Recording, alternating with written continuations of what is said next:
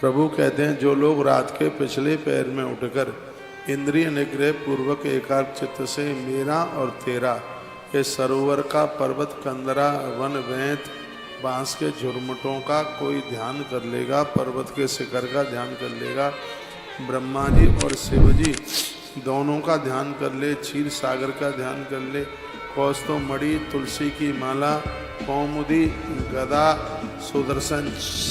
सुदर्शन चक्र शंख गरुण और कहा गया मत्स्य मछली कच्छप वराहा सूर्य चंद्रमा अग्नि और ओमकार ब्राह्मण चंद्रमा गंगा गायत्री अलकनंदा यमुना ऐरावत हाथी ध्रुव और सप्त ऋषि तत्पश्चात नल युधिष्ठिर जनक, इनका जो भी कोई ध्यान कर लेगा, कहते हैं कि अंत में भगवान कहते हैं कि मैं खुद उनको लेने के लिए धरती पर आऊंगा।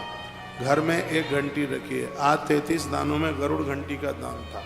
आप सबके घर में गरुड़ घंटी हो, उसका नित्य दर्शन कीजिए। सबके घर में शंख हो, गोमती चक्र हो, सबके घर में साधारण भगवान के दर्शन की भारी महिमा है, शिवलिंग के दर्शन की भारी महिमा है।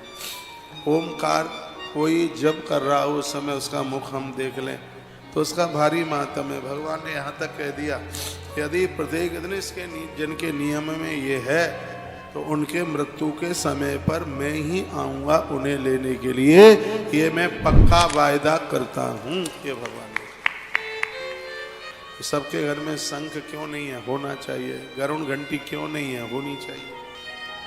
ये चीजें बहुत कल्याणकारक है, कल्याण कर देने वाली हैं। तो पूरी कथा कहती है कि जब आदमी संसार में डूबता है तो उसको बचाने वाला सिर्फ भगवान है, परमात्मा के अलावा और कोई नहीं। तो ये कथा बड़ी अद्भुत सागर मंथन की जो कथा है। अब आगे समुद्र मंथन, ये गजेंद्र मोक्ष की कथा आपने सुन ली, सागर का मंथन हुआ। बस समुद्र मंथन में ये कह के मैं आगे चल रहा हूँ। आज के भजन को कल के ऊपर मन डाली। कहते हैं अरे आज तो मन नहीं लग रहा है, कल डबल माला जप लेंगे।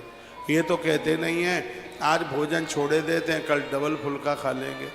या भोजन आज तो भजन कल क्यों। वो किसी ने बड़ा सुंदर सा गाना गाया, भजन गाया, बार बार भोजन भजन एक बार बामे भी आवे आलस अपार। बार बार भोजन, दिन में कितने बार खाते हैं, क्या इतनी बार भजन करते हैं?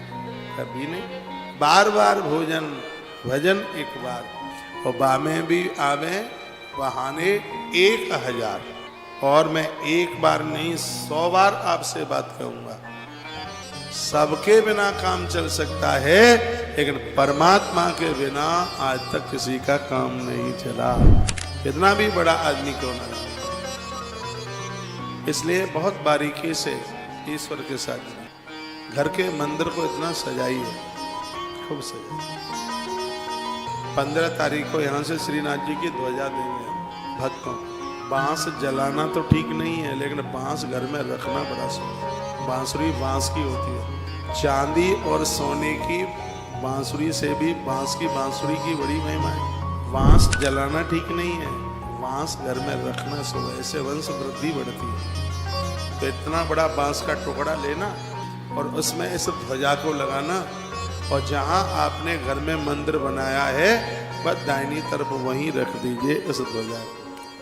श्रीनाथ जी की ध्वजा आपके घर में बहुत कमाल की। यहाँ से ले जा गया साफा, इसे भी अपने घर में रखिए। यहाँ के कुछ स्मृति चिन्ह यहाँ से दिए जा रहे हैं, और ये पहली बार सौभाग्य प्राप्त हो रहा है। चीजें सब बाजार में मिल जाती हैं, ऐसा नहीं है, लेकिन बाजार में ये व्यासपीठ नहीं मिलती, बाजार में ये पूजा का स्थान नहीं मिलता, बाजार में इन ब्राह्मण देवताओं के मंत्र नहीं मिलते। इसमें बहुतों ब्राह्मण ऐसे हैं जो स्वयं में कथा करते हैं अधिक मास, और वह अपना ये भाग्य समझ करके कि हमें गिरिराज जी में 7-8 दिन रहने का सौभाग्य प्राप्त हो, इसलिए वो यहाँ आए।